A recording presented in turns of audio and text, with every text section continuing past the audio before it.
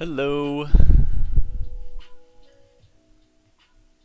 How's everybody doing on this lovely Friday? Hello. I'm trying to. Oh yes, and thanks. Please welcome back Carly, who you've all come to know and love over the past couple weeks. As you might be able to tell, it's a pretty dark and rainy day here in the Pacific Northwest. It's a perfect day for some game dev. Yeah, that time. Oh my gosh. People just want to troll me by saying Kaylee all the time. How are the sound levels? Have we finally figured this out? When I listen to it, it doesn't sound as good as it did last time. Not as good. Okay.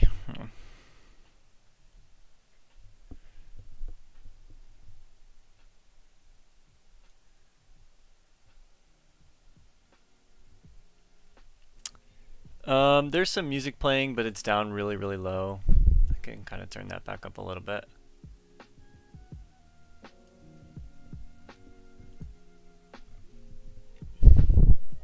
Alright, so before we get started, we'll do maybe another little show and tell. I got a couple games in the mail the past week. Just two this time. The first one I got was the PC version of Final Fantasy VII.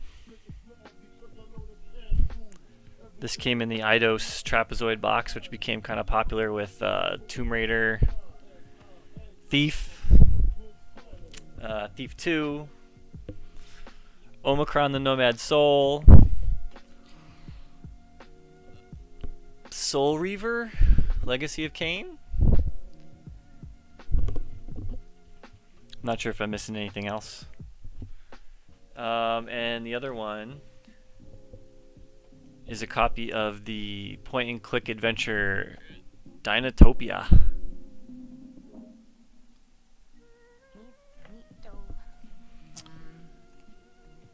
Looking at that cover, it looks cool. And it looks all like a puzzle. It does. It actually kind of feels like a puzzle. It's the same size. Did you ever read Dinotopia when you were a kid? I think I did. I'm reading chat saying that the audio for me and the music is still kind of wonky, so I wonder why. You know, it could have something to do with Streamlabs.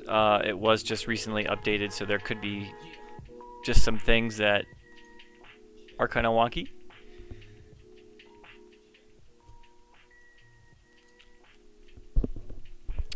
So they can barely hear you. You know what might be the problem? I've got streamer mode enabled on Discord. Hold on. All right, why don't you say something now? I'll see if that helps. Testing then.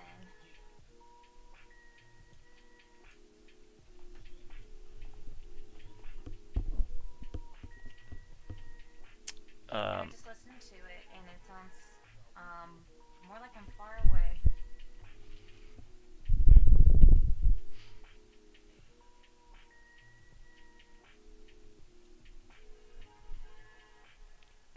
Alright, so I'm going to turn up the desktop audio.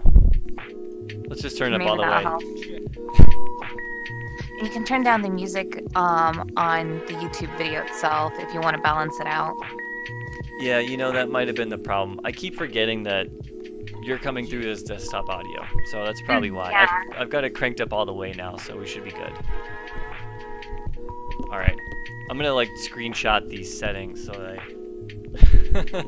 we spend less time doing this. Okay, yeah, it seems like they can hear you. Anyways, yeah, Dinotopia. So that particular point-and-click adventure game was, I think, published by the Dreamers Guild, who were responsible for... God, I want to say I Have No Mouth and I Must Scream, and maybe Darkseed, which...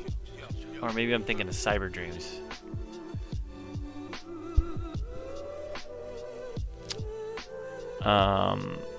but there's a kind of a remote chance that we will be re-releasing that Dinotopia game in the future. Oh, really? Yeah, it won't be like a remaster or anything like that. Probably just a re-release, kind of like what we did with Titanic, which is another game that came out yesterday. Yes. Well, on GOG for a while now. Like, what, a couple of months or more? Yeah, they had first crack at it. We had to fix a couple of things that were Steam specific, but it's one that I grew up with. I remember playing it with my dad and my cousin quite a bit. It kind of rode that the fan wave, I guess, or the newfound interest in the Titanic after the James Cameron movie came out. That came out when I was so young, I wasn't allowed to watch it. I remember. Have you seen it since? Yeah. I have. At one point, I just had to close my eyes during certain scenes. Ah. Those scenes. Yeah.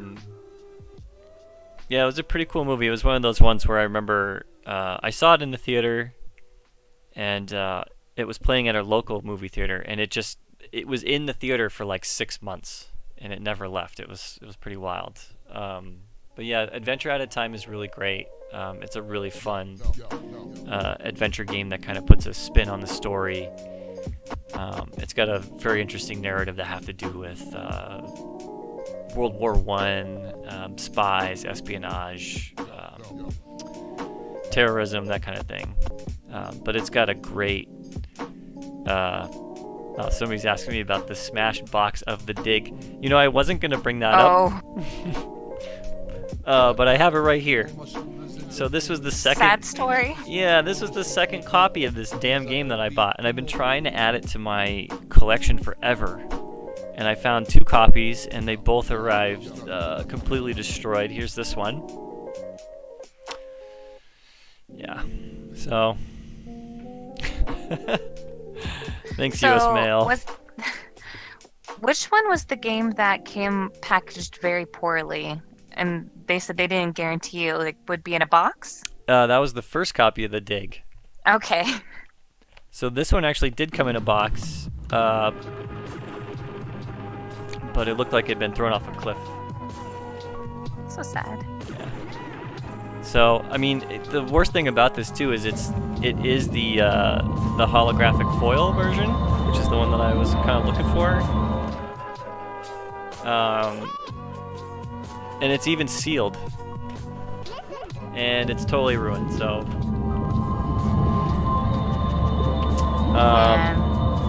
yeah. With that said, I'm trying to think of what else is going on. There was an article that came out today.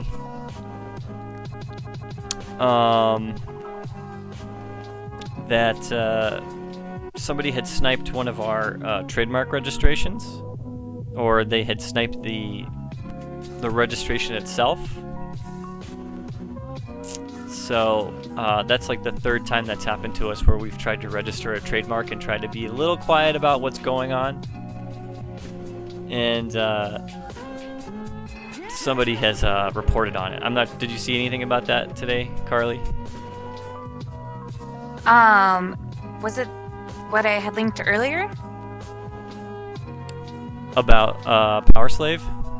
Yeah, that's the thing I linked. I mean, the article I linked earlier, you mean? Mm-hmm. Yeah, I read through it.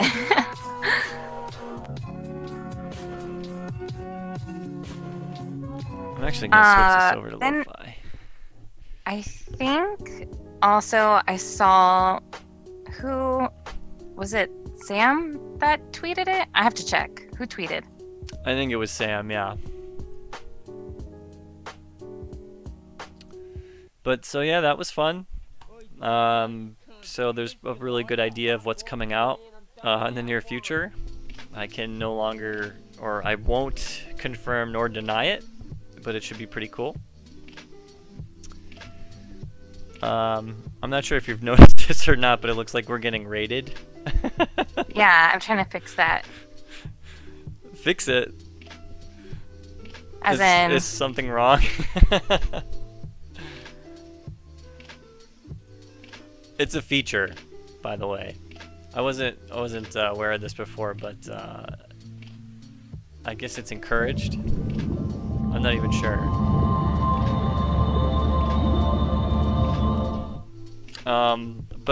Yeah, let's we can get right into sculpting. I don't think there's really too much else to talk about, unless you can think of anything.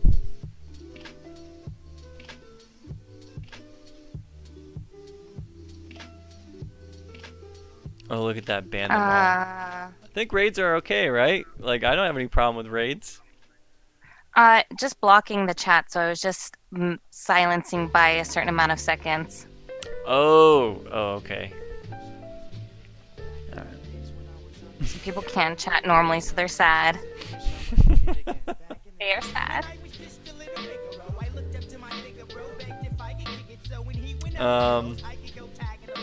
Yeah, so let's do this. I guess if anybody has any questions, you know, we answered questions I think through the entire duration of the last stream. So if you guys want to start now,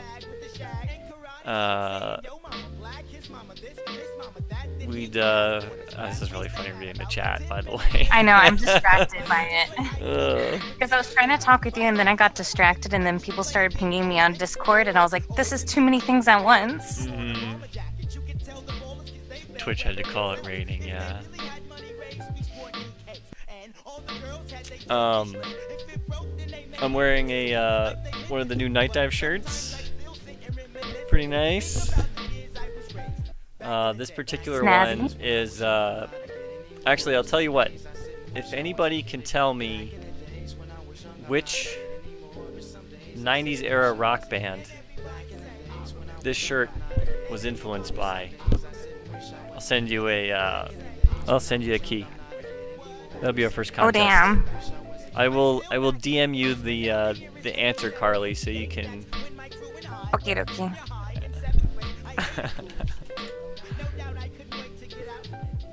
I figured it was that. Oh, so you won? Is that what you're saying? I win. Everyone else loses. Alright, I'm waiting for answers in the chat. Oh, show the shirt again. Alright. Oh yeah, show it a little more.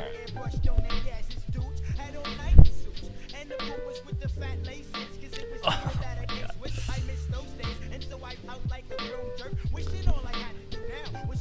where's the thing? And then the back is the logo that was done by Florian Bertmer. Oh, this is terrible.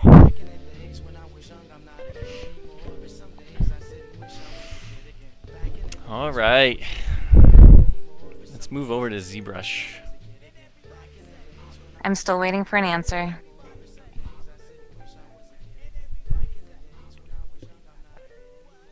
Van Halen. Let's see.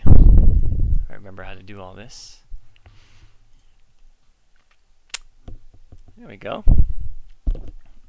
All right, let me just move the monitors real quick.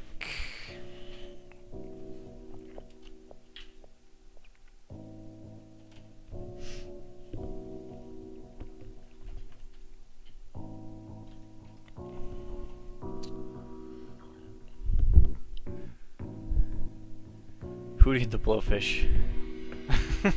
Nope. Even the dolphins make me cry.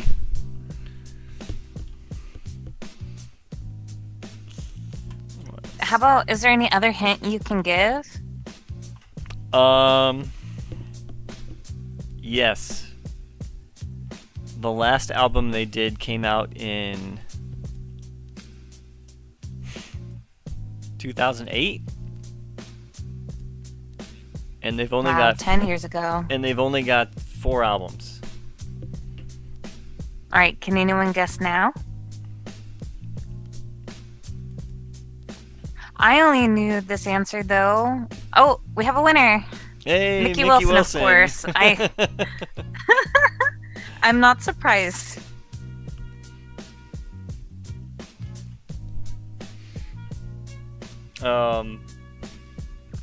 Yeah, you know what? We should probably just let him pick a game. Pick a game, any game. Pick a game, any of our games. Oh yeah, our games specifically, not just any game in general. The cool thing about this sculpt, I did a little bit of work on it. I tried not to noodle with it too much after the stream. I figured we could turn this into a series where, you know, I could do most of the work on stream. But what I did is, this is the one that we were working on stream last time, and there was just not a lot of definition in some of these areas that we were starting to change. So what I ended up doing was moving this this model down to its lowest subdivision level and running an operation. Running an operation called ZRemesher, which is in the geometry tab right here.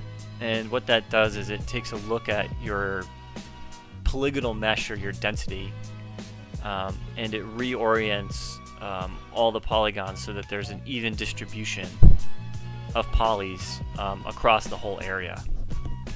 Or what you can do is you can actually paint on the model using red to show the programmer, I guess, to show the operation where you want there to be more polygonal information. So like if you want the face to have more detail and have less detail on the legs, you can specify that.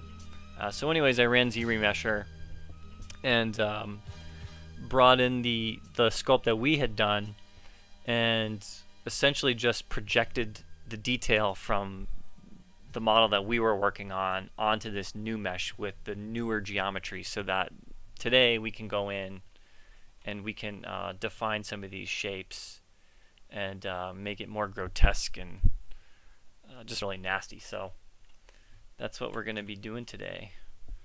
Just kind of going over some of these areas. So I'm going to bring up my own concept art here.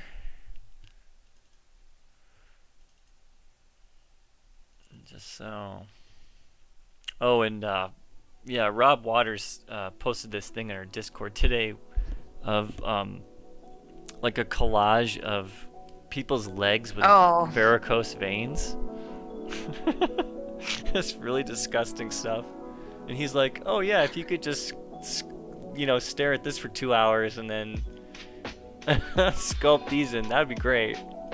So I'm not going to share those with the stream, but if you want to check it out, yeah, go for it. Happy Biscuits says that he just needs some milk.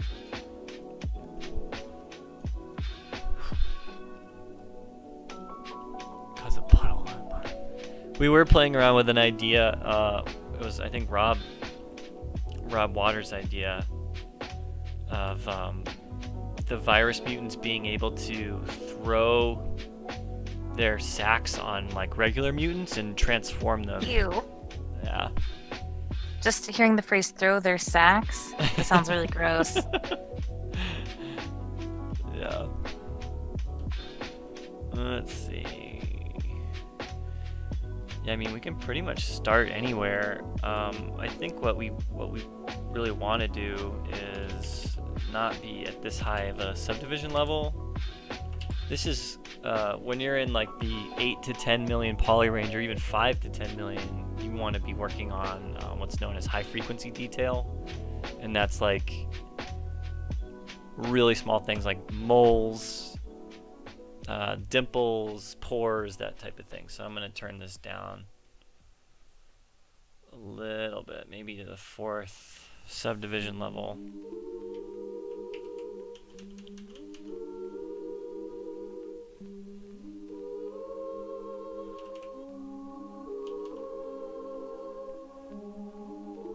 Here we go. Get some of this nasty stuff. So I'm gonna be like just detailing these giant veins that are kind of coming across his face here and adding more definition.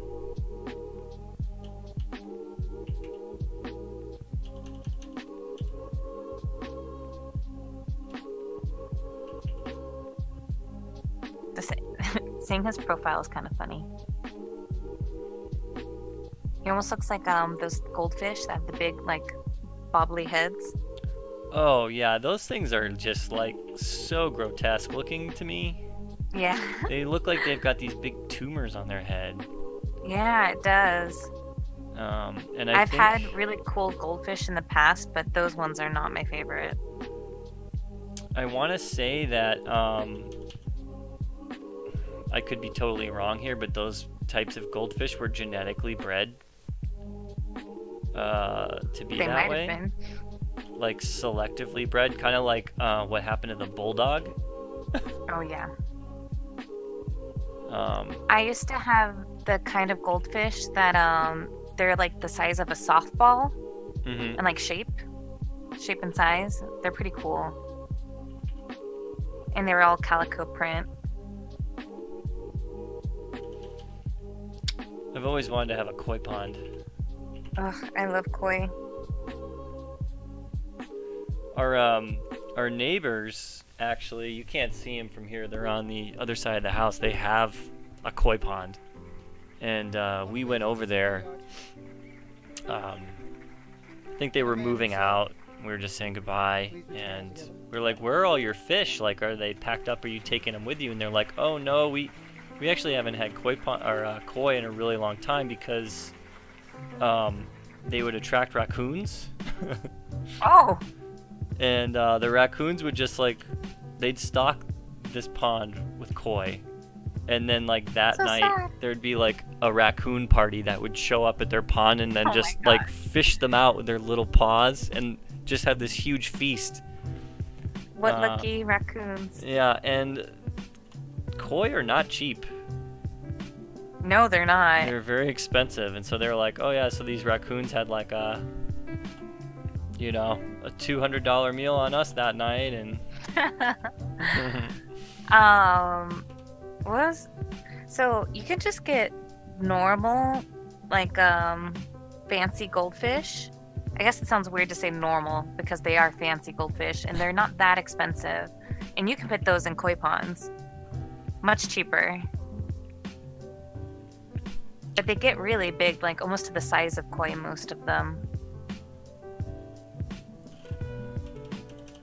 Yeah, speaking of fish, I was just taking a look at, I had a big die-off in my tank just recently. I lost 11 tetras. My neon tetras died, and I lost 3 otosynchlas, which are like algae feeders. They're like bottom feeders like plecos, but they don't get very big. And they all died, and I have no idea how this all happened. Was like one of them carrying a sickness and infected the rest? That's what I'm thinking, because I had brought home 2 otosynchluses, 8 tetras or 5 tetras, and 2 of these fish called Nigerian reds. And everything was fine for a while, but then like just one day I woke up and like 4 of my tetras were dead, and then it just got worse and worse. Things just died. But the only fish that survived are the Nigerian reds, and there's a male and a female. And before the stream we were watching them in the tank because they're doing their mating right now. So the female is like, she's really pretty. She's got this like yellow orange jaw, and when she's like ready to lay eggs, her whole belly will turn like bright purple, and she'll like do this little dance around the male to get him to like want to mate. And so we were watching them for quite a while, and it was really fun. So that made me feel better. I hope they have little fry, and they replenished the tank numbers a little bit. Of course, you probably remember Lucas, the animator, Yep. one of my friends. He showed you a lot about his tanks and stuff, right? Yeah, that was actually He's got a lot of tanks. that was a big reason why I actually started my tank. I was wanting to for a long time, and then when Lucas joined the project for that, for that time, we spent a lot of time actually talking about fish, and he showed me That's his so nice. tanks. Yeah, his tanks are pretty awesome. He posts them to Instagram a lot. Yep, he's the one that convinced me to do Planted Tank. Oh yeah, Planet is way better. Which is really cool. For those who don't know, it's basically you put dirt in the bottom of your fish tank, and then you fertilize it, and you put plants, like real plants, with like a grow light as your fish tank light, and it's just beautiful. You just have these really great plants, and then the fish and your shrimp or your snails really love it. I had something on a smaller scale. I had 2 fancy goldfish, like 5 snails, and an albino plecomerus, and some real plants, and that was nice. You had an albino pleco? Yeah, I love them because they're like a pinky white color. Yeah. Very cute. I had to get rid of my tank when I was moving to Corona area because it just wasn't viable. I moved way too much at one point to keep it because it's huge. How many gallons was it? I think 60. Oh yeah, that's a huge tank. Yeah, because the goldfish need a lot of they need a lot of space, and so does plecomerus. So I think you need 20 default plus 10 for the goldfish, so 30 if you have 1 goldfish, and then another 20 for each other fish you add. Yeah, that sounds about right. So my 60-gallon held a whole bunch of snails, plants, plecomerus, my goldfish. It was perfect. Fishy fish. Oh yeah, Daniel's here. Hey, Daniel. Hello, everybody.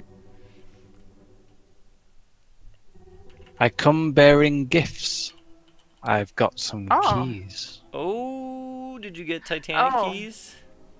I certainly did. Oh. I was surprised. I didn't think Valve would answer my request, but they did. And I've got some keys hot and fresh out of the kitchen. I think Valve likes us. I need a key for Mickey Wilson. He won our little contest earlier, and he wants a code for Turok 1 on Mac. So just the Steam key for that. Turok 1 on Mac. Okay.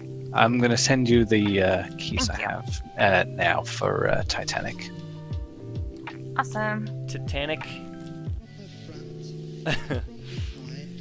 Yep, I say things differently than you. No, Titanic is the... JonTron, you ever watch JonTron?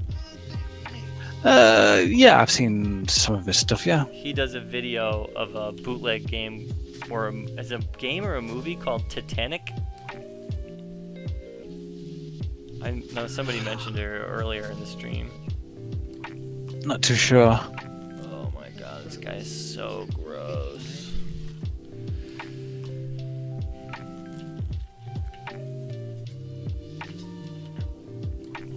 So, he's got some shapes in his... So Daniel, do you want to tell everybody the good news about your recent acquisition?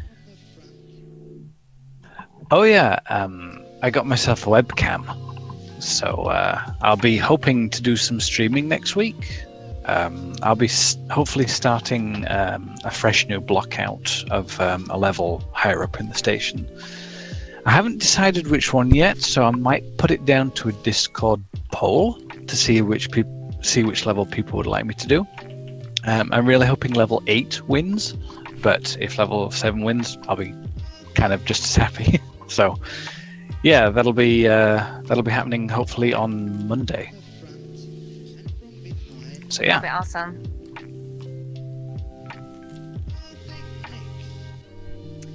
There's a question now. 3Pick Mustard says, just a question, do you make Rotopology on another software and then get a good wireframe and animate it? Yeah, you can do re-topology in ZBrush, but I always thought it was kind of tricky. It always seemed a little more difficult than the alternative.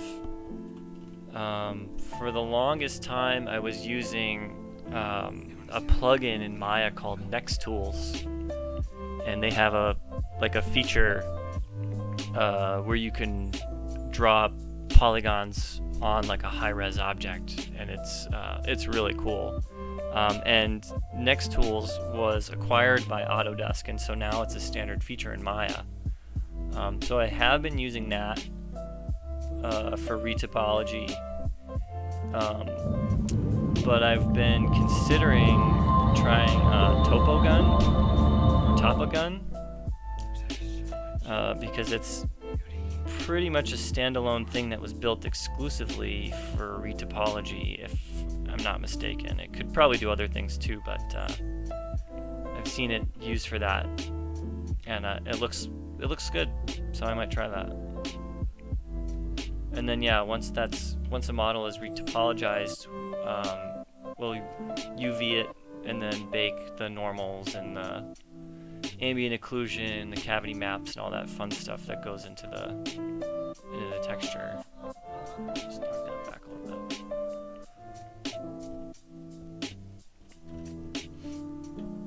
Let's see if I can get this big vein in his head. I'm actually gonna try masking it in and then pulling it out. So what I'm doing now is that I'm actually drawing a mask on the object here.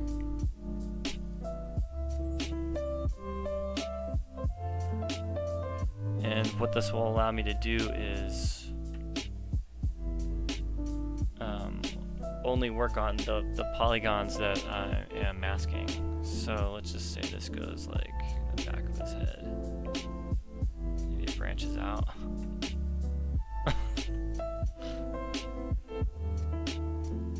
Should I explain what level blockout is, just in case people don't know? Sure. Okay, so level blockout is essentially what it sounds like. It's blocking out. So I take the basic shapes of the level and temporarily block them out very roughly, but I create the overall shape of the level. So it isn't final art, obviously. It's just to give the guys a rough idea of what space they're going to be working with. So yeah, that's level blockout.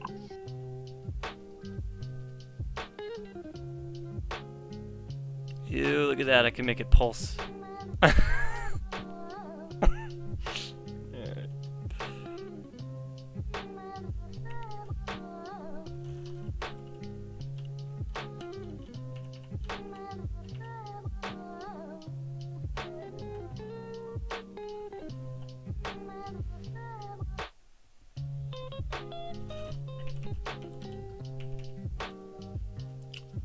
Yeah, Dan, what level were you working on earlier today when we had our little meeting? Oh, that was the executive level. I'm about 90% done with the blockout now. I had to do some really complex rooms, but right now I'm actually modeling. I'm blocking out a section of the level where it's one great big long corridor that you crouch through to get to the CPU nodes. So it's getting really, really close to being finished. And yeah, on Monday, I might be able to finish this map actually tonight if I get a move on. And yeah, on Monday, something new will be started. And I might leave it down to the Discord people to decide what I work on next.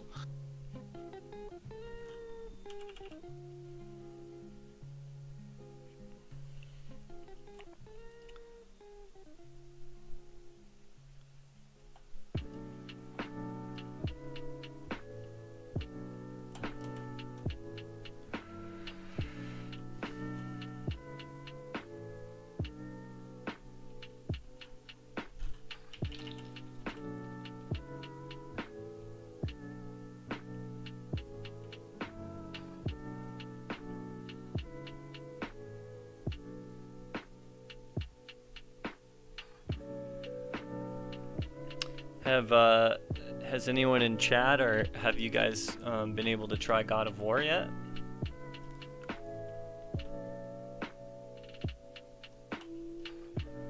Sorry, we're discussing in chat right now these dev streams and Kickstarter comment stuff.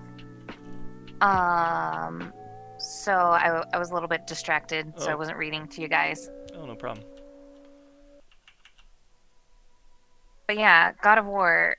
I watched the Donkey video.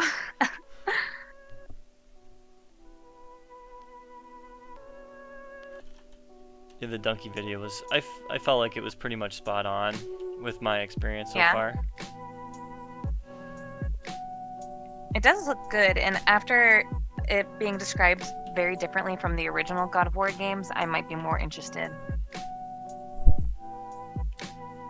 See, now for me, I think if I had known that it was going to be such a dramatic departure from the original, I'm not sure if I would have got it. Oh, really? That's so funny. Yeah, I mean, I am really enjoying it, but I was kind of hoping for that old school kind of arcadey action, because it's almost like a beat 'em up. The original ones. Like hack and slash beat 'em up. Yeah, I just can't get into that style most of the time. I mean, I kind of like, you know, No More Heroes. I have fun with that, and it's a hack and slash mostly. But it's never been my thing.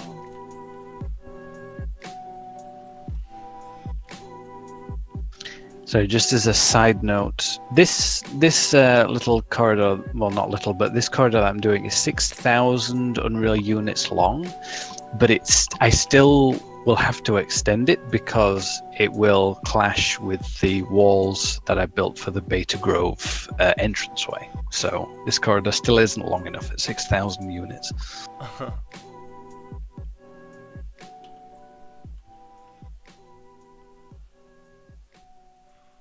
There's another question that I'll read after I say this about No More Heroes, because we are going to get a No More Heroes 3.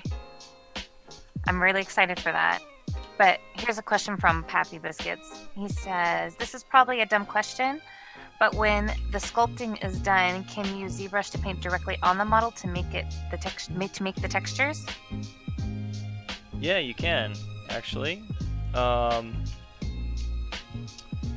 It's called, in ZBrush it's called poly painting, and the detail that you get when you're poly painting in ZBrush is dependent on the density of your mesh. So if you're working with like a nice high model that's like in the millions, you can get some really nice detail in poly paint. The other advantage of doing it that way is, at least traditionally, what you would do is you would have your texture sheet and it'd be a flat 2D image that you would then bring into Photoshop, and then you would paint on that, and you'd have to kind of create a mental map of where you wanted your paint or where you wanted your details as you were just looking at the UV shell at that stage. But now, like next-gen games and that type of thing, you do a lot of your texturing directly on the model. So like with Substance Painter, for instance, you've got your model in the program, and you're applying the paints and the decals and the textures and even the some of the normal detail on in that way. In order to do that in ZBrush, you would export your lowest resolution model, and you would unwrap that, and you could re-import it in on top of this, and then you'd paint your high resolution model however you wanted, and then you could bake down all those colors or the poly paint onto the UV sheet, and then that would essentially become your texture map. So there's a lot of ways that you can kind of go about it these days. With this guy, because he is like he's naked, like there's no armor or there's no clothing or anything like that, I'll probably just end up putting a flat color on him in in Substance Painter and then just trying to develop a preset or a material preset that I can apply over his whole body that's going to give him like a really nasty looking semi-translucent veiny gelatinous, you know, however many more adjectives I can come up with, just a really gross look to him. But with another model I might want to go in and do like a poly paint pass first. One of the things you can do is if you have what are called a lot of subtools. In ZBrush, a subtool is basically the different models that you have that make up the full character. So you can see here in this panel, I've got his teeth, his body is one subtool, and then his eyes are one subtool. What you can do is pick a color. So like in this case, I'll pick like this teal blue here, and with the eyes selected, you can fill them. Switch this back to white. And then when you bake this down, you've got this nice solid color that will be on your texture map, and then you can use that in what's called an ID map. And by selecting these color ranges, you can then tell Substance Painter, oh, I want this particular color to be whatever you want, like whatever material. So like if you made a substance preset of like an eye, you would just select this blue color within Substance Painter and it would automatically assign to that, so that you wouldn't have to mask it out by hand.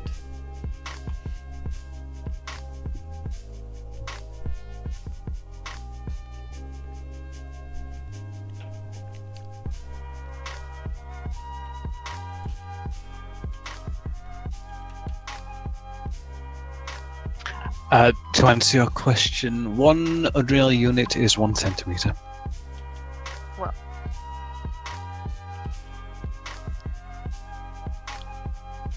I think your this stream just might be more imperialists. Well, Do you want to do the no, I don't. Nope. Okay, fine. I tried to bait you into it. It didn't work. Metric on nothing. Yeah, no, I totally agree with you, man. Metric is way better. It's easy. You got one, then if you've got 100 of something, it's just a kilo something, and you just keep going from there. It's not 12 quarters to an ounce or 16 flaberdashes to a whatever, you know. None of that nonsense. Okay.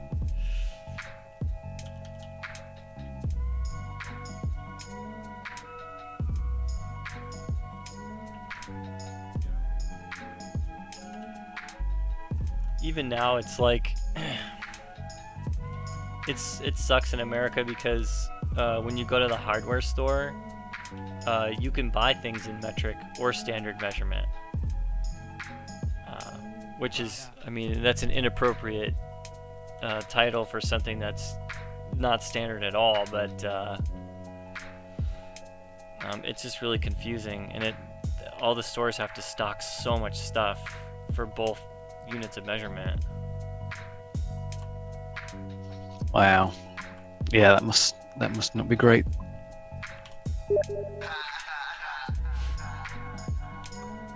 Ooh, somebody just pinged me on Steam.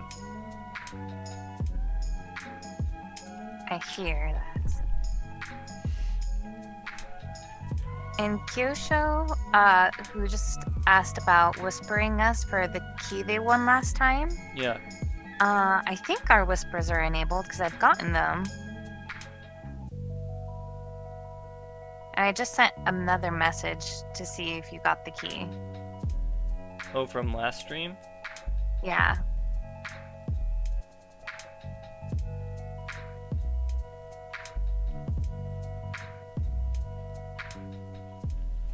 Alright. So ZBrush, it's really easy to kind of get lost on one area, so I'm gonna focus somewhere else for a little bit here. we're kind of in the fun detail stage where we've got a lot of our shapes and everything like that blocked out, and now we can kind of go in and refine them, make them poke out a little bit more, give them some more definition.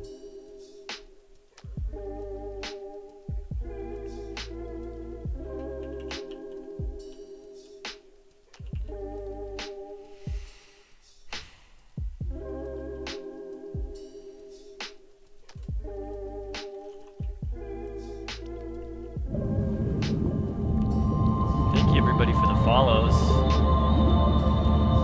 Keep hearing the sound effect. Oh, there it is again. Kyosho, if you can, if you're on our Discord server, just DM me there.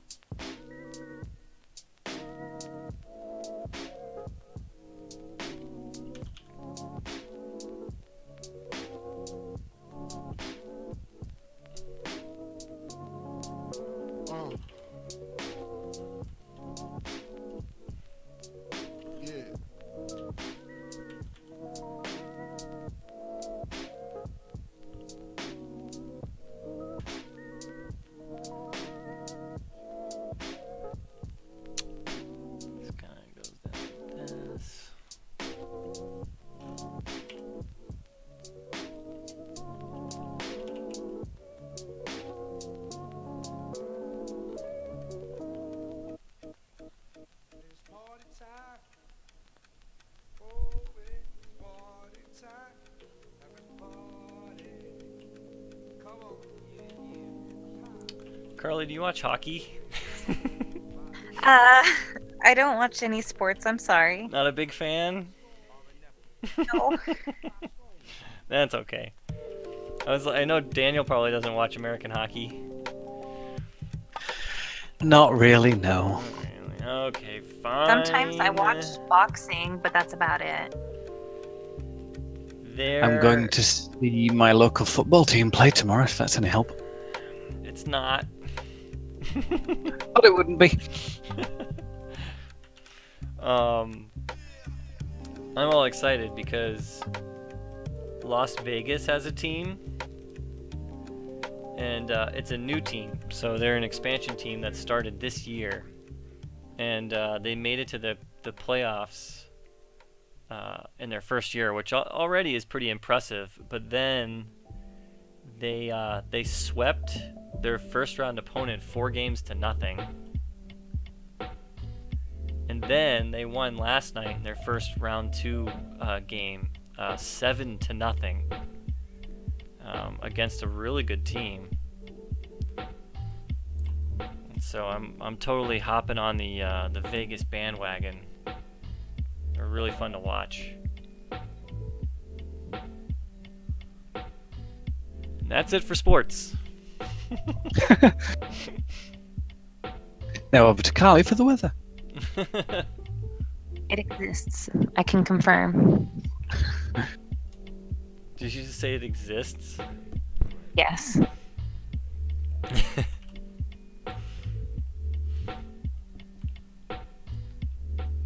If you're British, you say Scorcho, and that would get a huge laugh if you're into all comedies. Be right back, guys. There's food, so I'll be a few moments.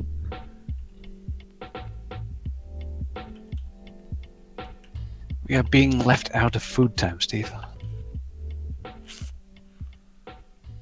Yeah, I've just been eating. Actually, my wife made me a wonderful breakfast this morning. We walked the dog. And I've just been snacking. I haven't had anything else to eat. We had my brother-in-law came over last night, and we had what we lovingly referred to as DotA nights,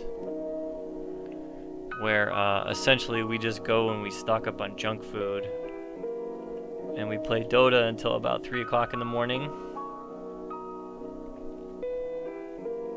So that was fun. Until 3 o'clock, or until you both get angry at each other for not ganking properly? We won all of our games last night. Ooh, okay, Yeah. I take that back. And there was one particular game where we should have lost. I mean, we were 25k net worth behind. We were getting just dominated. And I was playing Slark offlane, and they pretty much just ignored me. And for like 25 minutes, I just farmed. And I came online, and then I killed their whole team like twice in a row. And they had no buybacks, and we took one lane of racks, and then just went straight tier 4s and got their ancient. And gets me all giddy thinking about it. But yeah, at the end of the game, they had like almost a 27k net worth lead, even after we had won. And it was just so satisfying. Nice. Slark is the fish guy, right? Yeah, yeah. He's the prisoner from Dark Reef. And then we won another game where we had no right to win it either. There was one hit left on our ancient, and we somehow managed to kill the other team before they got that last hit. And we just defended high ground like twice after that, wiped them, and then just went straight down the middle, and again just skipped all the racks and just finished the game. Pretty good stuff. We're getting resident sleeper icons now.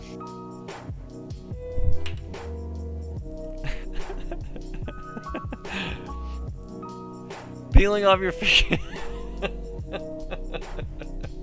Okay. Yeah, I was just reading chat. What's wrong with DotA? Okay, I know what's wrong with DotA, but... Alright, I come back and the first thing I hear is, what's wrong with DotA? Yeah. Well, I was telling some war stories from last night. Oh. And apparently that's not popular.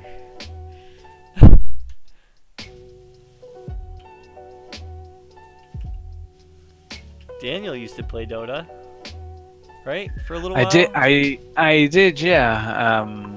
And then I stopped playing it, and I found that with Dota, you end up in a vicious cycle of, well, my friends won't play with me because I'm no good, and I don't want to play with random people, so I can't get any good. So I'll just ask my friends, but my friends don't want to play with me because I'm no good, and it just ends up in this vicious cycle of sadness. Hey, I played with you every time that you asked. If I were to ask now, would you still play? Yeah, of course. If you don't mind losing, that is. Well, we're good. I think we're good enough where we could give you time and space, you know. I know the basics. I know I can't remember the names. Well, you only played Dragon Knight, I think, didn't you? I played Jakiro because Jakiro's cool. He's also I played Dragon Knight. I played oh god, I can't remember the names. Only Jakiro. Jakiro's cool. Jakiro, yeah, Jakiro's I don't know. There was a patch that just came out yesterday, 7.14. I don't know if he got any significant buffs or anything like that, but he's pretty good. He's pretty good. That vein looks too much like the other one. Get rid of that. Roll is reminding me now that he hit Divine 1 a few months ago, or a month ago? Oh, a week? Yeah, like a month ago. Wow, Divine 1, huh? Yeah.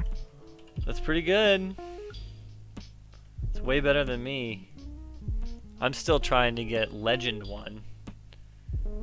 And then after Legend, it's Ancient, and then Divine. So he's like... Yeah, he's on another level, pretty much. DotA is his life. It's his blood. It's his soul.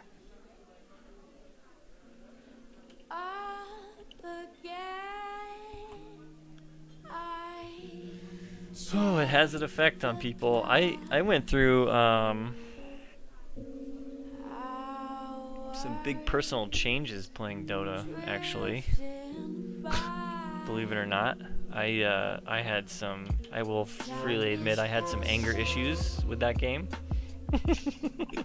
Who doesn't? I know. Well, the thing is, like, I mean, Carly's met me in person, Daniel's never met me in person, but like I'm a pretty chill guy, right? Like I'm easy to get along with. I'm not too you know, not too in your face. I would have not thought you had an anger problem, but I guess DOTA can bring that out. It did. It really did.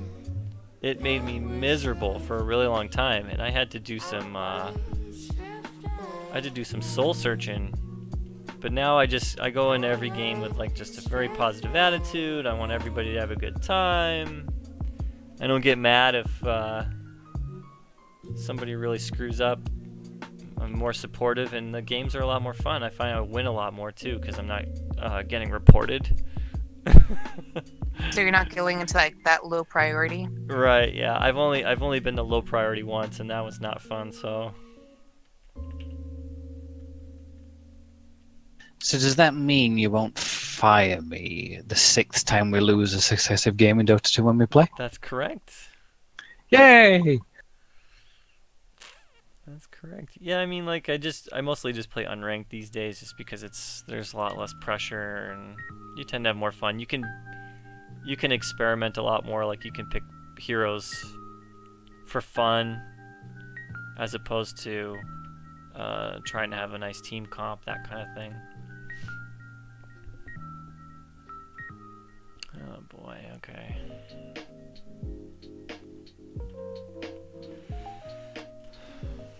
Just keep moving on down here. I think what I might end up doing is getting or painting a brush in Photoshop as an alpha. And it'd be like a vein brush, and then just kind of stamping them in. Let's see. I think there's one in ZBrush that I can use just to add some extra detail. Just that extra veinage. The extra veinage, yes. Disgusting.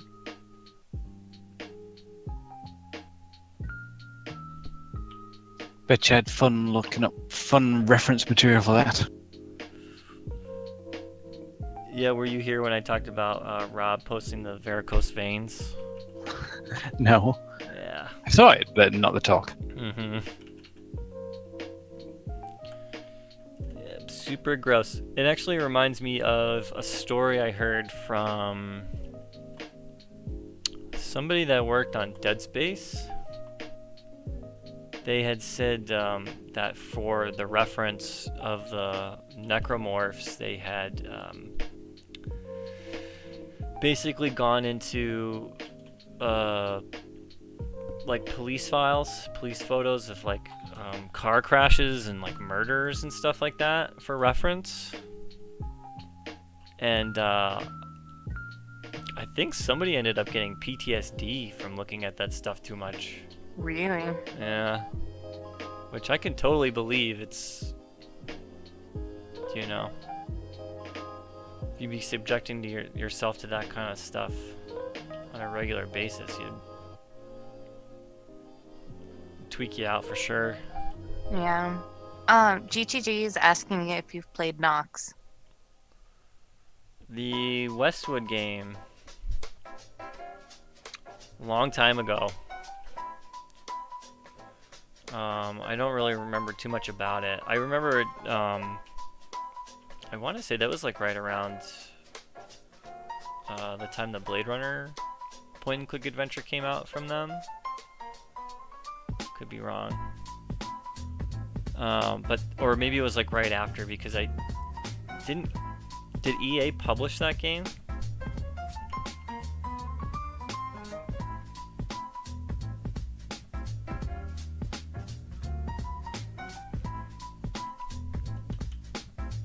Honestly, don't remember.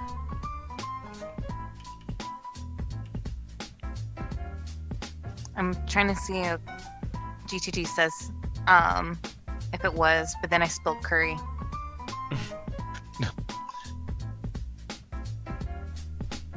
So right here we've got kind of like a saving. Like a there's like a pinched, like an overlap here And to do that, we're actually gonna mask this.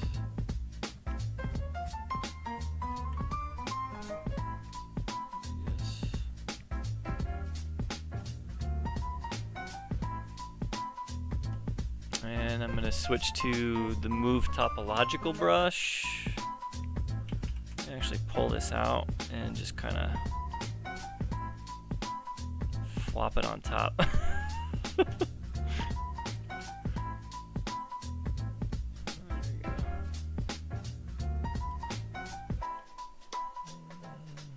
Man, this looks weird. Yeah, it's pretty nasty. Let's see. And then we'll just smooth that out. Steve's loving every second of it. Am I? Yes. Kind of inflated a little bit. So now we've got kind of something that, oh, this isn't really what I was looking for. Let me smooth it out. There we go. That's kind of like what the concept looks like there. There's just like this, it's like if you were to take a sausage and like fold it in half. Ew. You know what I mean? Oh, that got me a subscriber or a follower. Oh, good. That was what they were waiting for. Sealed the deal with that. Oh my god.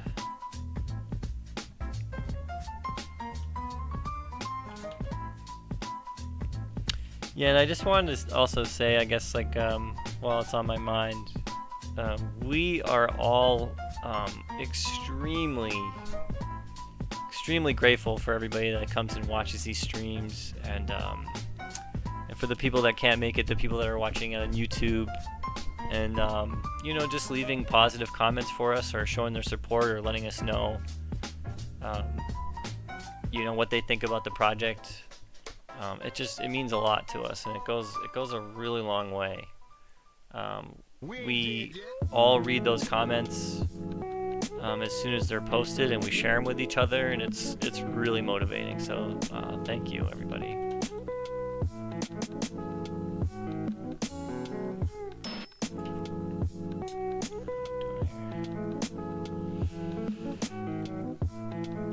Everyone's saying extra thick, please.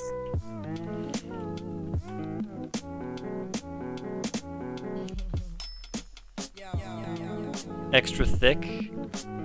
Yeah.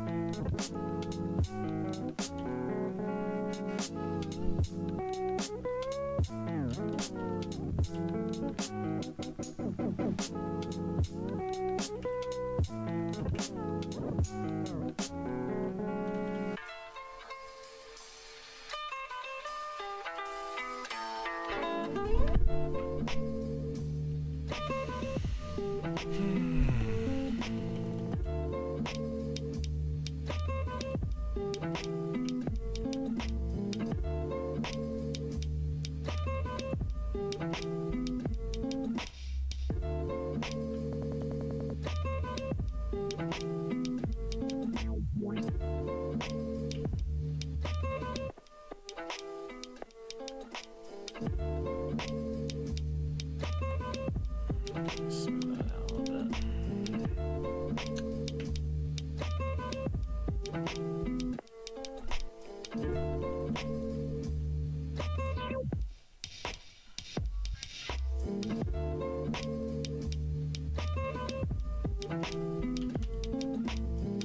I think I'm starting to get just more disturbed by his knees more than anything now that I'm looking at them.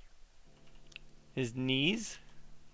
Yeah, they're like saggy and lumpy. Have you ever had? I don't know if they've ever made these crisps in the US, but have you ever had knickknacks? They remind me of knickknack crisps. No, I don't think so. They're very knobbly knees. That's gross. that they would remind you of a snack food.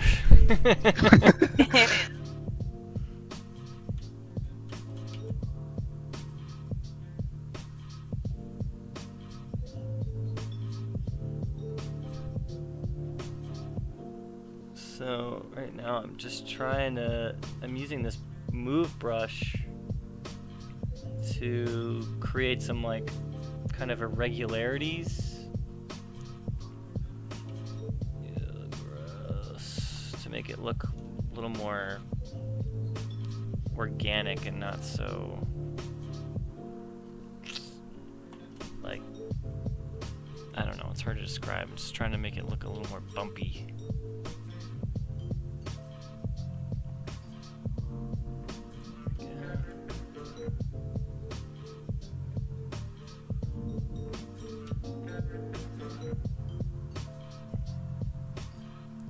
So what soccer team are you seeing? I'm sorry, football team are you seeing tomorrow, Daniel?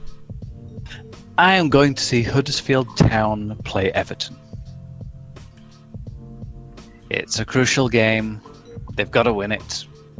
So let's hope that they do. Is it like semi-professional?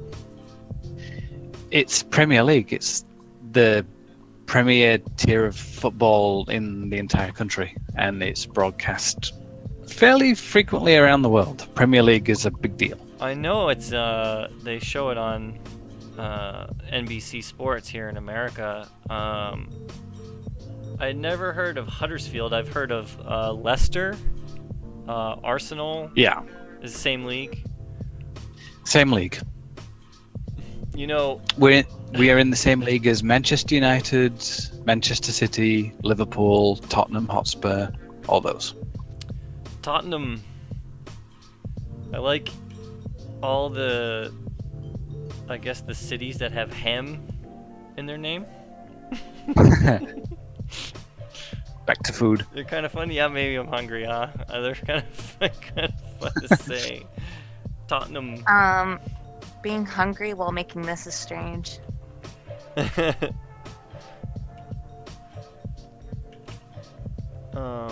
Yeah, I don't know a whole lot about international football, but I play soccer pretty regularly. Oh yeah. So I play it a lot, but I don't really watch it. Right, and in any form of league or just friendly stuff? There's some men's leagues in this area. Indoor. I play mostly indoor. I want to get into outdoor again, but I don't know where there's a good outdoor league around here. Have to just find one. But you know, with a name like Steven Kick, it's kind of like this built-in thing that I gotta play soccer. I feel like you probably get a lot of puns if you join. Well, you know, at this age, people don't believe me, oddly enough. What? I still, you know, I get carded every time I go to buy anything, any alcohol or anything else that's legal in this area. And that's always, they like don't look at the date, they look at my name and they're like, oh whoa, Steven Kick, huh? Well, you should have a kid and name him Punch, or, you know, Wow. I get that a lot. Or like, oh, you should play soccer. One time when I was at PAX Prime, there was a game on demo called, oh god, it's got Kick in the title. And I remember I went up to him and I was like, hey, my last name is Kick.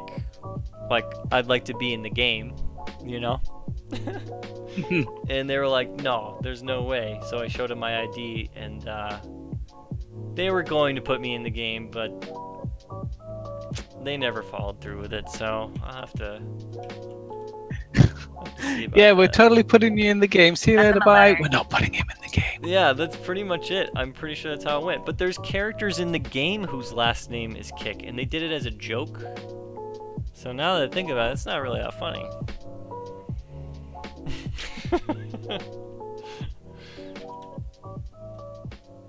Actually, I like that.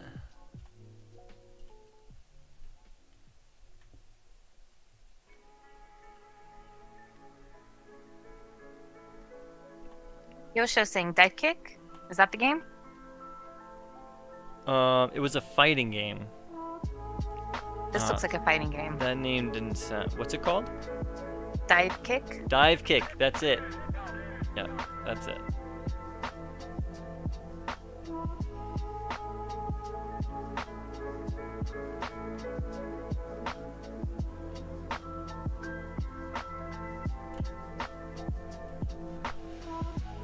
All right, this is coming along really well. I'm really happy with this so far. Let's see if I can kind of get these veins to a nice finished level here before moving up subdivision levels and making even more detail. Let's see.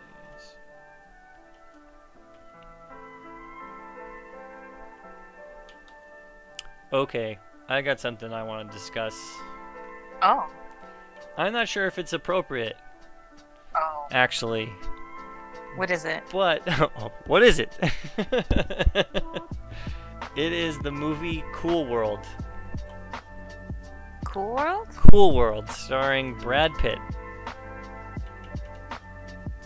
You never Now heard I of need it? to look it up. Okay, so it's a animated / live action movie that was, I think, Oh, that movie. yeah, written and directed by Ralph Bakshi, who did a lot of very interesting animation in the 70s, including, of course, he did the first Lord of the Rings animated film.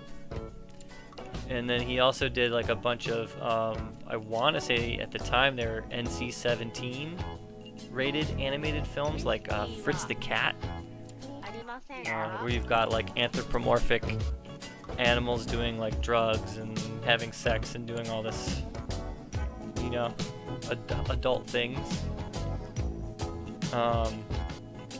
And I was talking to Rob Waters about Bakshi the other day because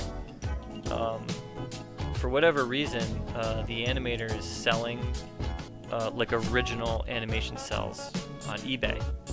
He might need the money. I don't know what the situation is, but he's selling stuff that should be in an animation museum to the public, which I think is pretty interesting. And so I had seen a couple of his movies, but I had never seen Cool World, and I was always interested in it. So I got it, I watched it.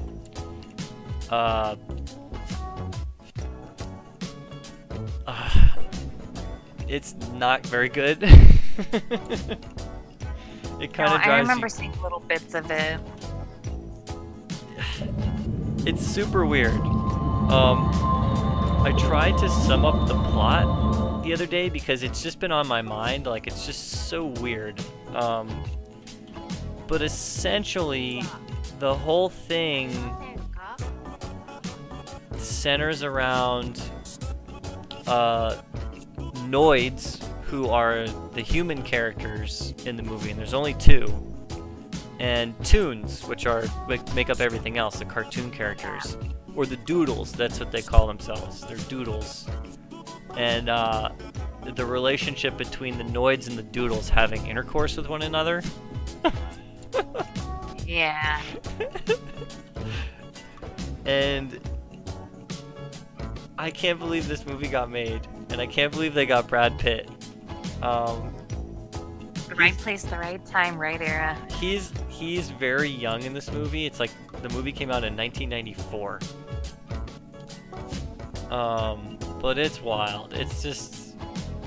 Yeah, Kyosho says, you mean patty cake? Patty cake. Like from Roger Rabbit? Yeah.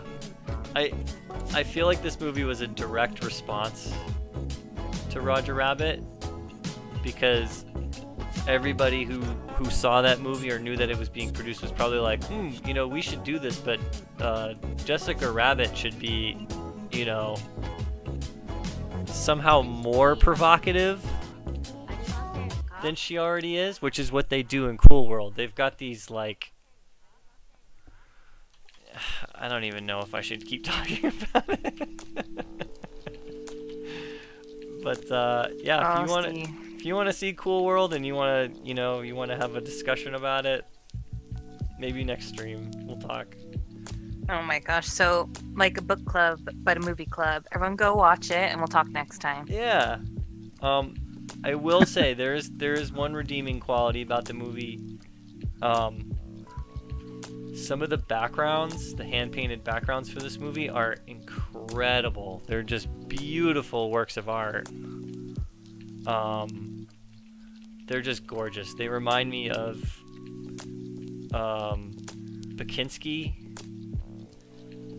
Some of them are very Giger-ish.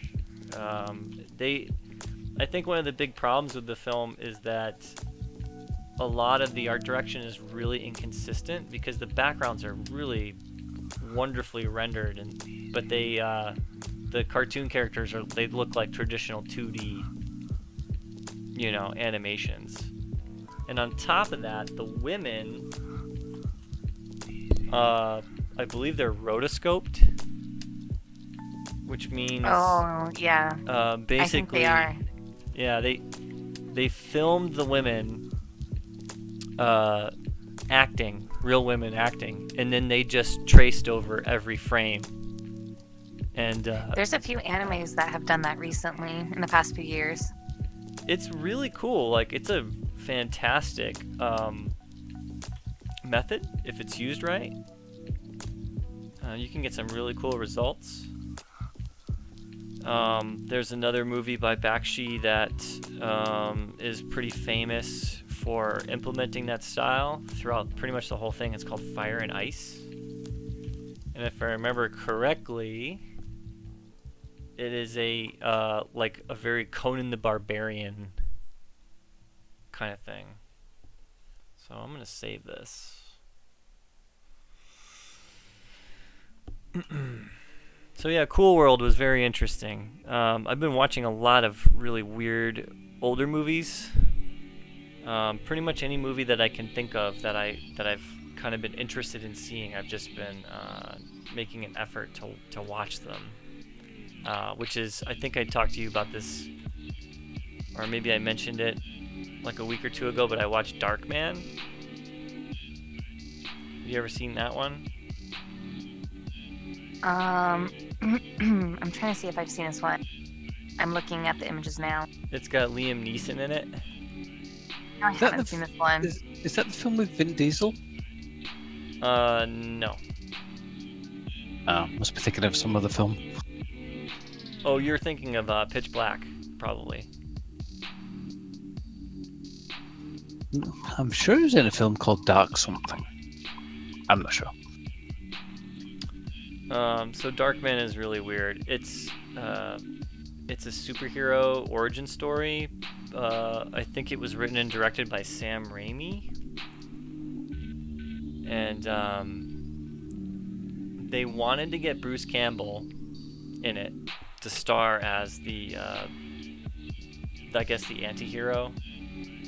But due to some kind of conflict, they couldn't get him, so they got Liam Neeson, who is like the complete opposite of Bruce Campbell. Oh yeah. And like, no way I like. To make it even weirder, and this is a total spoiler alert, but there's a cameo of Bruce Campbell the very last like 3 seconds of the movie. What? So yeah, it's just really he's just bizarre. like, oh, I'll stop by. Yeah, he's like, I'll be in this one scene. The end of the movie. So that was super strange. But the movie is totally bizarre. If I remember correctly, I don't remember anything correctly, but even back then, it was the 90s. Again, I think it was like 95, 96, somewhere around there.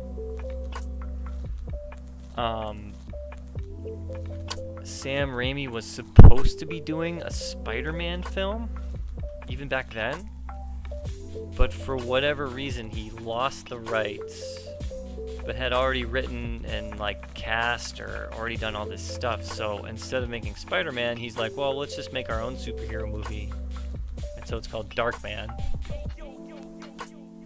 And it's very weird. It's very strange. It's a very comic booky movie.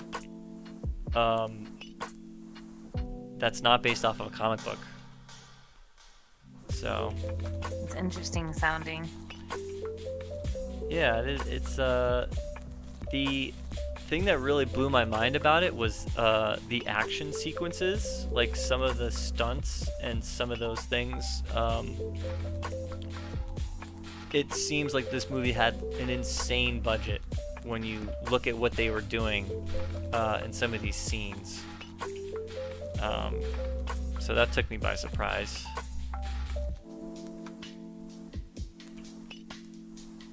I'm trying to think of what else is... I know I've been watching a lot of stuff lately. Let me think. Oh, I know what I can do. Hold on. Did you end up seeing the new Rampage? No. I haven't either. I haven't been watching any movies recently, but it seems very bizarre and not anything like the game. Well, there's like zero context for the game, right? It's like you put your quarters in, and it's like pick a giant monster. There is technically a story in Rampage. It's really dumb though. It's a bunch of like people going up to like a potion and going like deciding to randomly drink it, and it mutates them.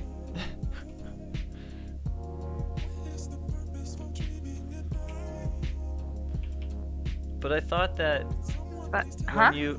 when you killed the, I could be thinking of Ninja Turtles 2: Secret of the Ooze, but I thought that when you killed your enemy in Rampage, didn't they turn into like a little dog and a little iguana? Like, no, so you are thinking of the wrong thing.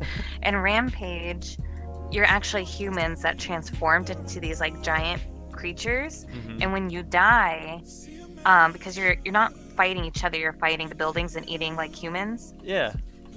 So when you die, you turn back into your human form but naked. And then you slide off screen comically like, oh, don't look at me. Really? Yeah. It must have been a really long time since I've played that game. Probably since I was a little kid, actually.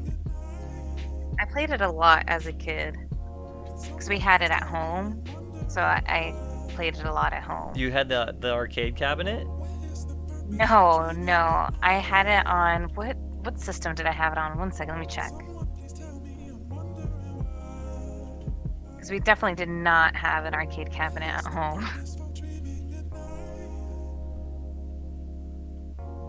That was like the dream as a kid, to have like an arcade cabinet. Yeah. The closest thing, to anything like that I ever got was, DDR dance pads, like the... Yeah. Oh yeah. There was a big point in time where that was really, really popular at my school, and that's like all we did after. We would just go to my buddy's house and everybody would bring their DDR dance pad, and we'd do that for hours. It's so much fun.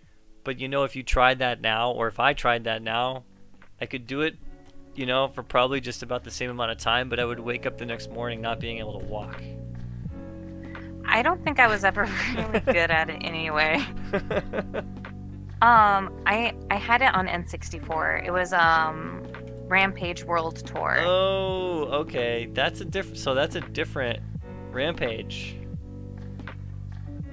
It was originally an arcade game. Yeah, I played the arcade game too. Okay. But the one that I owned was the World Tour one. You know what really needs to be remade or like rebooted is Primal Rage.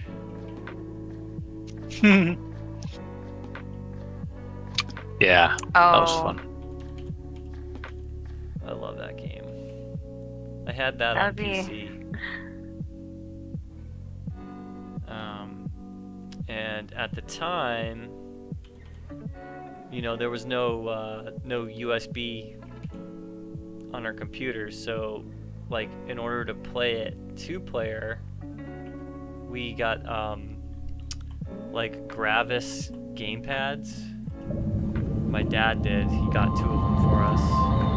And then we had to get a Y splitter because we had to plug them into the serial port, I think, and there was only one on the computer, which was also used for the printer, if I'm not mistaken. But the issue was that, you know, Windows 95, it could only register a couple of keystrokes from each controller since they were both using the same serial port. And so my dad and I would play against each other, and we'd have 6 buttons on each controller, but we could only use 3 on each controller because it could do a total of 6. And so we like just mapped them or like macroed them to the combo moves. And it was just always so hilarious because like there was no strategy to it at that point. We were just like, you just hit the buttons and your characters would just do the craziest stuff. But I love the fact that the whole story behind that is like, it's the end of the world and there are these giant creatures or these like gods that are masters of their own little mini continent with their own followers and everything. And the goal is basically to kill all the other monsters and rule the world. So while you're fighting, your followers are like running around in the background and at your feet and stuff. And there was a move that every character had where you could like use your tail or your hands if you were one of the apes, and you could pick up your followers and eat them, and they'd give you some of your health back. Oh my gosh. It was so cool. Like, nobody does stuff like that anymore. That's like in the same vein of Rampage where you're just eating the people. Yep. For points. Yep. Smashing windows, smashing buildings. Yeah, just just fun. That game was pretty disgusting though. I remember there was like there's one character, I think his name is Chaos, and he's like the orange monkey, and he like his moves are all like bodily fluid related. Oh yeah. So I know that one. He could like he could throw up, like projectile vomit at you. He would like stand on his legs and fart, and like the fart cloud would go across the screen and like totally stun the other characters. And I think you could even piss on your enemies too. You could. You could.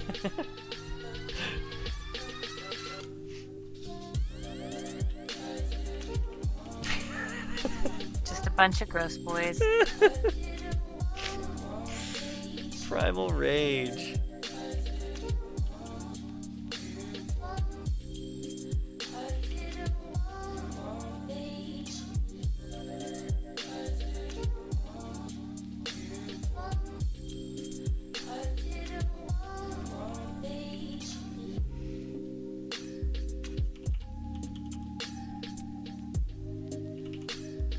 Here, let me ask the chat some hypotheticals. Okay. I was in Portland the other day, checking out this space that that Alex was painting in. She was doing a mural for an upcoming art show, and the space is really cool. It's like in a warehouse that's been totally remodeled, and excellent sound system. It's an intimate venue. Let's just put it that way. And I was thinking that it would be a really cool place to host the System Shock launch party that we'll have. And I am trying to think about like a musical act to hire, like what kind of music do you think would be the most appropriate for a Shock launch party? That's my question. Just John by himself on the stage. He'll be there. Sure he will. Like Daniel, you'll be there. Carly, of course you're invited. No, I'm only invited to wait outside. I can't come inside.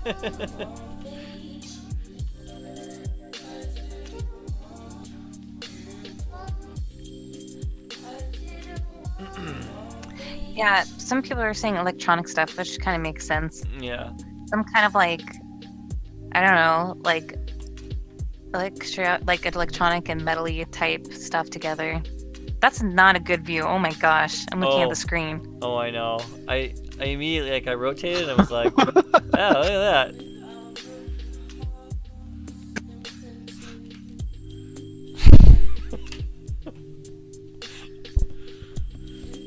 Okay, I'm taking a little bit of a break. We should do some show and tell. Alright, show and tell and then a giveaway. Let's do that. That sounds like fun. And then we can call it a night. Has it been? Oh my god, it's already been an hour and a half, huh? Yeah, so after some show and tell and giveaways, I'm assuming. Wow. Yeah, let me save it one more time here. So while you save, I'll do a giveaway. Oh, this is only gonna take a second. Let me just say I'm gonna probably just keep working on this my spare time here. I'm gonna wrap this up and hopefully, I mean, it kind of depends on my workload and stuff like that, but hopefully by next stream I might be able to get this in Substance Painter by then, and at that point I'll just kind of roughly go over all the steps that I went through on this to get it to where it was, or to where it will be, let's put it that way. And yeah, we'll go from there. Awesome. So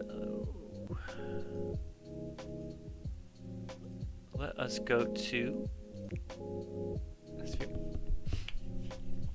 put this back. Let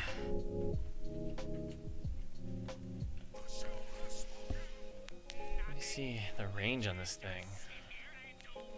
It's pretty good. You know, the Closet of Mystery. We can take a look in there.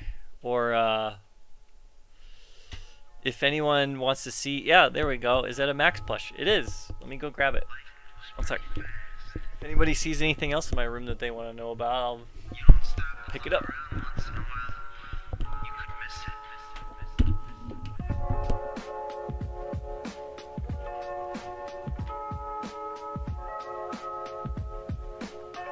Adding people to the raffle time.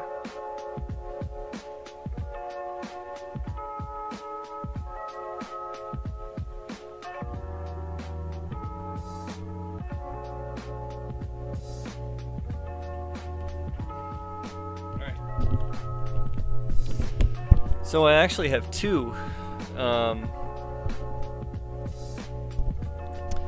This is one that my wife made. She is a professional plushie maker, and she got this, I think this was a commission that she got from a Sam and Max fan. And she made Sam and Max, and then she made me this extra one so I could have him. And then we got in contact with Steve Purcell, who is an awesome guy, by the way, just super cool. And we were going to do these, I guess we were going to have them mass produced. We were going to license the rights from him. And then it turned out that another company had kind of beat us to it, and that's where this one came from. So he's much bigger, and he's also got this, like, pill texture to him, so he's really soft. But yeah, so cute. He's the official Max plush. So I get two.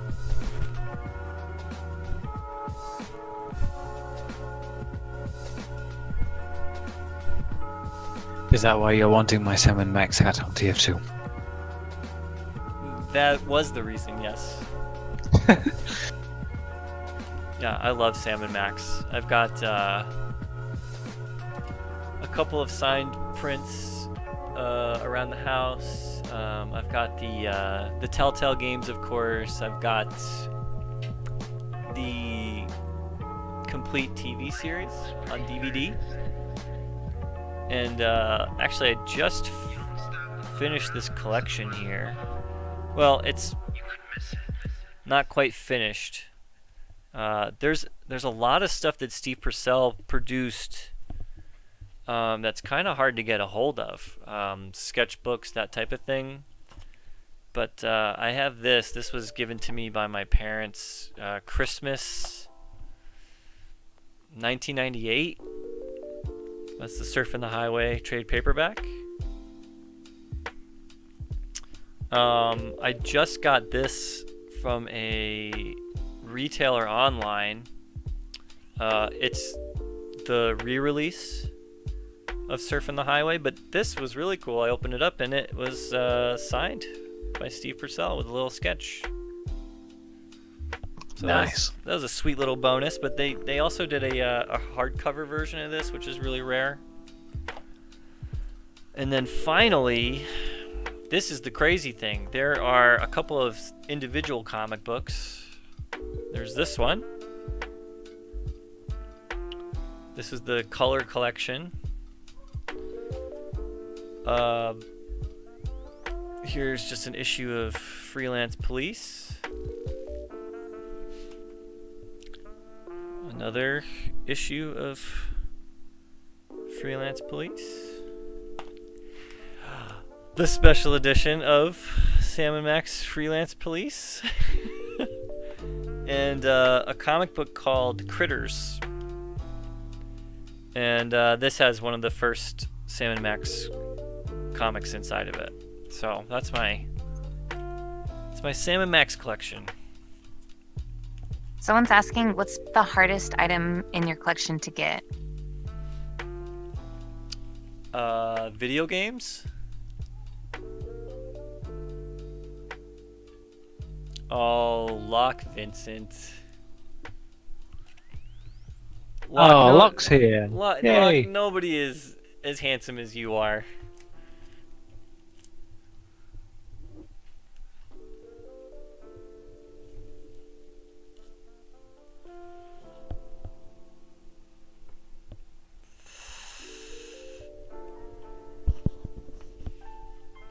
GTG 3001.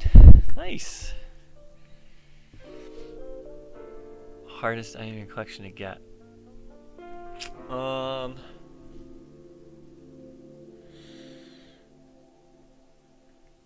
What's a rare game that I have, Dan? You know, I tell you about this stuff all the time.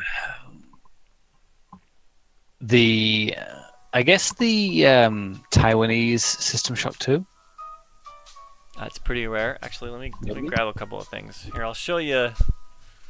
This is going to be completely redone pretty soon. Let's see, is that good? Yeah, let me see.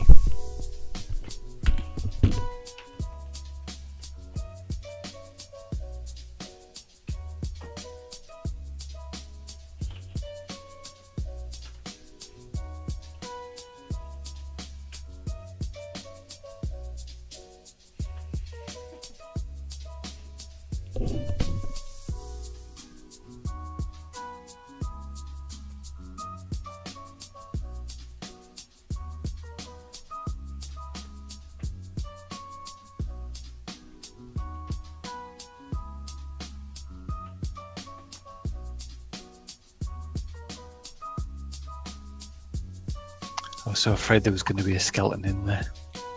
Oh. You can't hear me, so it's okay. Oop. I can hear you. There is a full skeleton in the garage. Right. It's not real, but it is a full anatomical skeleton. Okay, so I grabbed a couple of things. This was a copy of Deus Ex that I brought with me to PAX when I was on the panel with Warren Spector, and he signed it and personalized it for me. That was nice of him to do. Well, I mean, I've been to San Francisco dozens of times, and I lived there for a couple of years, and one of the latest times, actually it was a couple of years ago, and I got invited up to Double Fine, and I got to meet Tim Schafer for the first time. We've since become very good acquaintances. He's visited our studio a couple times. Just a phenomenal guy. But he signed my copy of Grim Fandango, which is really cool. And this is really neat. Not a lot of people have this. But when the game first came out, I got it for Christmas, 1998. It's like that was the #1 thing on my Christmas list. And my mom also got me the original soundtrack, which you don't see this that often, but it's really cool, really good stuff. Nice. Let's see. The last time I was at PAX, I got to meet Ron Gilbert, who was the creator of Maniac Mansion and the Monkey Island series. He also was the founder of Humongous Entertainment, which we had the pleasure of re-releasing 32 Humongous games on Steam a number of years ago. We did an interview with Ron that you can read on our website. But I brought him my copy of Maniac Mansion, which he signed. And then what Daniel mentioned is a Taiwanese release of System Shock 2 that I picked up from somebody in Poland. But unfortunately, it's in English.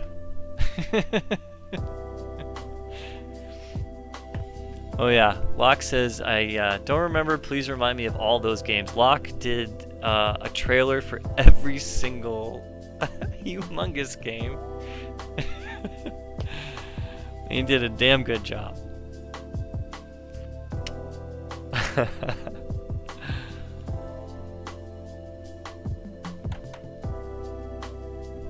I'm having flashbacks now of me porting them all to Steam. Yep. Oh yeah, Daniel did all the porting for that as well, and his work continues even to this day, doesn't it? Yeah, it was. Oh, I think I had a month to port all those games across 3 different platforms. I didn't get much sleep. Yeah, it was pretty epic. It was fun. Pretty epic.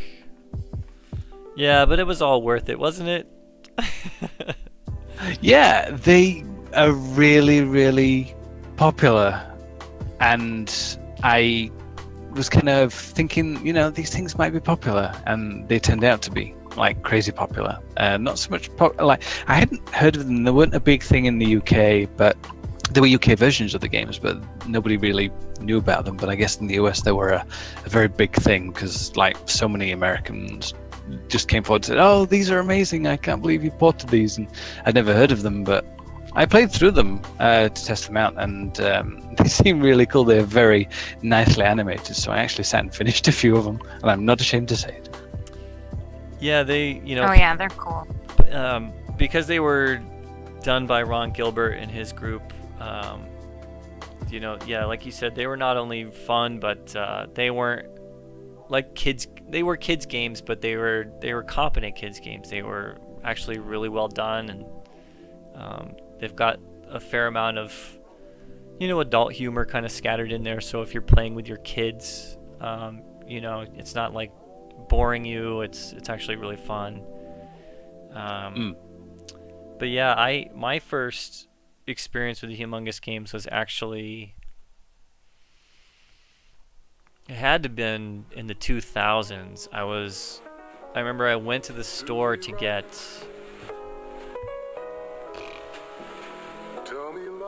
what was it? Maybe Quake 2. And I saw Spy Fox at Babbage's, and I was like, "The hell is this? Like, this Fox wearing a James Bond outfit. Like, this looks kind of cool." So I just bought it, and I remember sitting down and playing it all the way through, like in one sitting, and just totally forgetting that I just bought Quake 2. It was fun. And so I ended up getting all the Spy Fox games.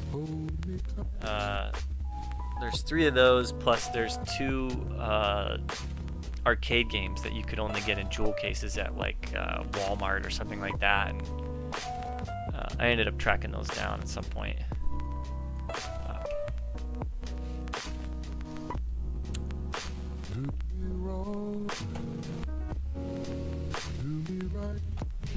Alright, what else can I show you guys, or is that pretty much it? Should we save some? We did for next all our time? giveaway.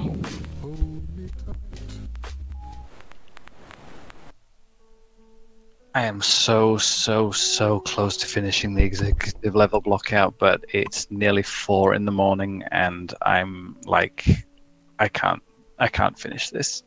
Sorry. You can't? That's okay. No. Yeah, falling asleep. You're a trooper for staying up that late. I'm used to it. I have to be up tomorrow. I have to be up early tomorrow, though. I don't want to miss the football match. Can't do that. Can't have that happening. Nope.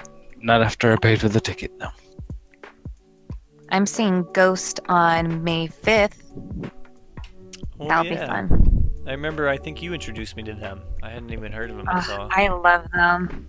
It'll be my 3rd time seeing them. I'm pretty excited. Oh, did the stream just go down? Oh, no, Did it? never mind. Oh. No, never mind. My connection's not good. Never mind.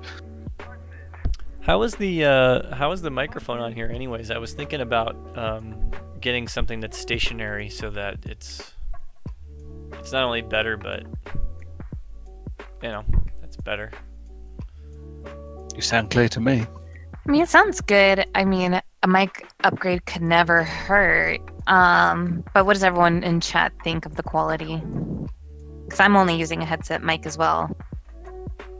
Yeah, I guess as long as I'm not singing, right? Yeah. People are saying it's good and clear. Good. That's good to hear. Awesome. You should check out Locke Vincent's stream. Locke has a nice setup, and man, his voice, it's like audible chocolate. You would not be disappointed listening to him. Oh yeah.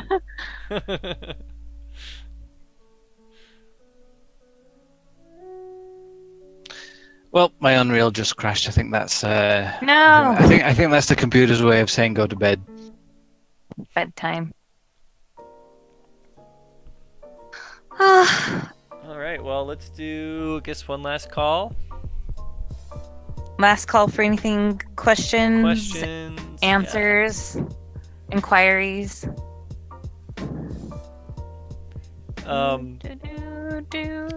Carly, would you know how we can, I forget what it's called. We don't want to raid Locke stream, but we want to send all of our audience over to him when we're done. Do you know how to do that? Oh, I don't know. Let me see. We can host him as well, though.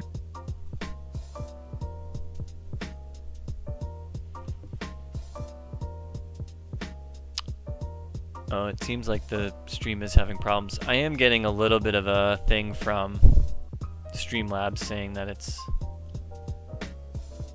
having a couple issues, but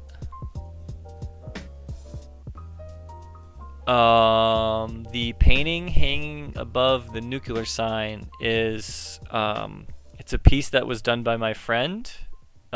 His name is Nick Gucker, Gucker. He does some really trippy horror illustrations, and he and I met at the HP Lovecraft Film Festival here in Portland, Oregon. And he did that, or he signed that piece for me. I bought that at one of his booths one year. He's done some other really fantastic stuff as well that that I'll be hanging up hopefully pretty soon. But check I figured out the site. raid thing. Okay. It has like a little timer, so I'm freaking out. Oh, look at that! Oh, Is raiding Lock Vincent. Yeah. Nice. Oh, I guess that's it. I guess that's the end of our stream. It just went over to his. Oh, Oh my god! I didn't know it would do that. I'm so sorry. Oh, it's okay. I apologize. I didn't realize it would do that. That's alright. It like my stream, it just like it ended and then it was like, and then it went right over to him. That is crazy. Yeah, that's okay.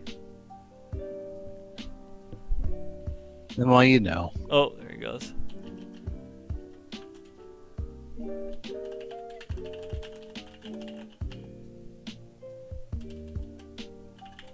That is so my bad. Now people are talking in chat. Oh. Yeah, Locke's like, just like that, hey? He was doing something else.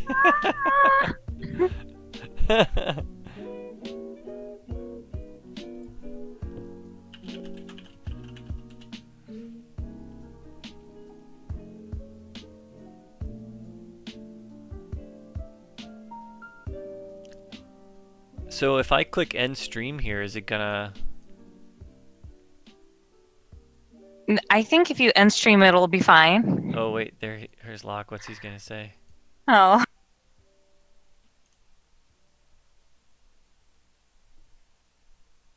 Okay, Battletech. Play Battletech. Everyone's doing well. Friday night, home alone, maybe with loved ones. Who Poor knows? Steven.